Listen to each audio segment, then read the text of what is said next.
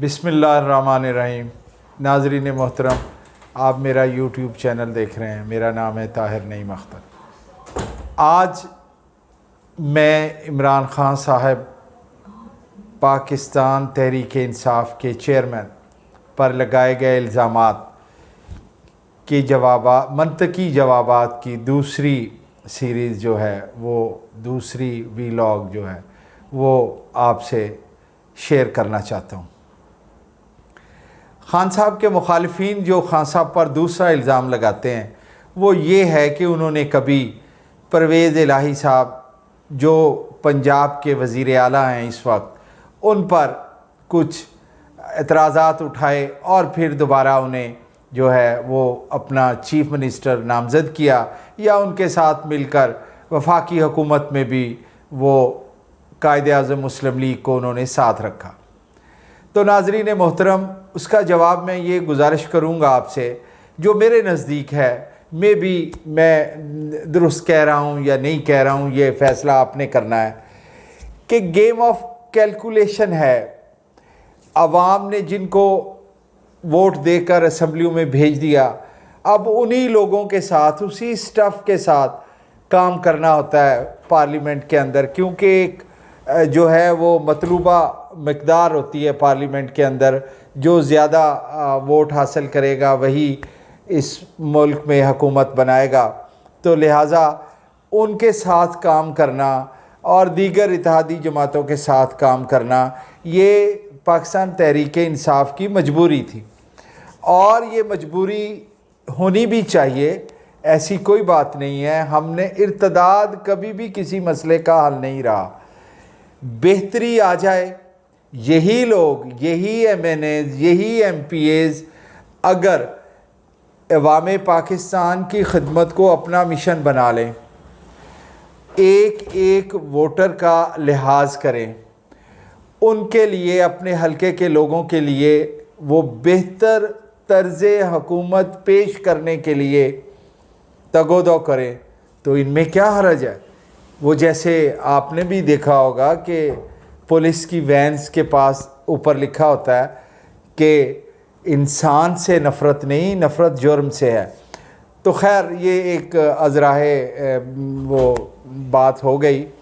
गुजारिश ये करना चाहता हूँ कि प्राइम मिनिस्टर, साबिका प्राइम मिनिस्टर इमरान ख़ान साहब ने भी इन लोगों को इसीलिए अपने साथ लिया था कि मतलूबा मकदार पूरी हो जाए और वो अपने मंशूर को पूरा करने के लिए कुछ ना कुछ कर सकें। दूसरा एतराज़ जो पिछले दिनों खान साहब पर बड़ा उठाया गया वो ये था कि देखिए खान साहब फसाद फिलर्स फैला रहे हैं। नहीं नहीं नाज़रीन मोहतरम, ज़रा गौर फरमाइए, फसाद अवॉइडेड है तहरीक इंसाफ के चेयरमैन।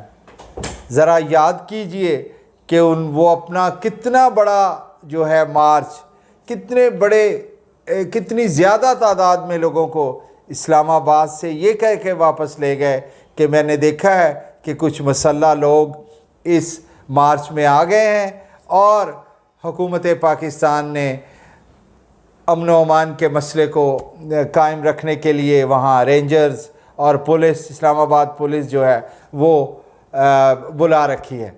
तो वो कभी नहीं, वो कभी इस मुल्क में वो फसाद नहीं चाहते। आप उनकी 26 साला जदोजहद को उठा के देख लीजिए, कभी उन्होंने अपने फॉलोअर्स को लाकानूनियत का मशवरा नहीं दिया, कभी कहा नहीं उन्हें, कभी उन्होंने अपने जुलूसों में मार्च करते हुए कभी ऐसी कोई बात नहीं की जिससे लाकानूनियत झलकती हो, कभी कोई गमला तक नहीं टूटा, कभी कुछ नहीं हुआ।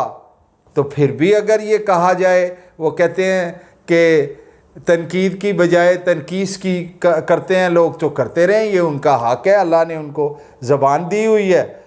और नाज़रीन मोहतरम, गुजारिश ये करना है कि कभी भी इमरान ख़ान साहब के जुलूसेस में, जलसों में और उनके जितने भी मार्चेस हुए हैं, लॉन्ग मार्च हुआ है या दीगर उन्होंने कभी अवाम पाकिस्तान को इकट्ठा करके वो किसी एक ख़ास मकसद के लिए लेके आए हैं, तो आपने देखा होगा कि वो पुलिस के साथ ताउन करते हैं।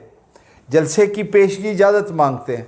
अगर हुकूमत पाकिस्तान कहती है कि यहाँ पे जलसा ठीक नहीं है, आप वो मुकाम ले लें, तो यकदम वो लगाते हैं कि 1 सेकंड लगाते हैं और वो फ़ैसला ले लेते हैं कि ठीक है हमने यहाँ नहीं।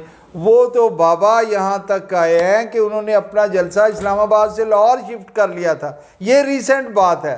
तो फिर भी उन्हें कहा जाए कि वो फसाद फिलर्स करते हैं, ये मुनासिब बात नहीं है, ये ठीक बात नहीं है।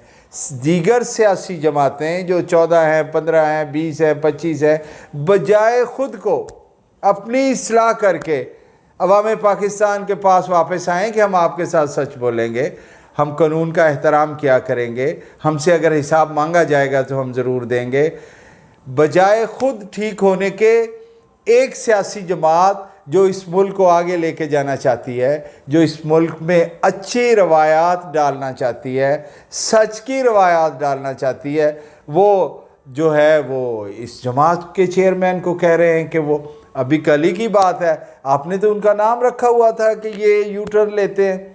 यू टर्न हमेशा वही शख्स लेता है जिस पे हक वाजे हो जाता है, वो अपनी जगह पे खड़ा नहीं रहता, वो रजू करता है। और ये सब जानते हैं नाज़रीन मोहतरम, ये सब जानते हैं। लिहाजा बाकी आइंदा के लिए बहुत मेहरबानी, बहुत शुक्रिया, गौर फरमाइएगा। Thank you very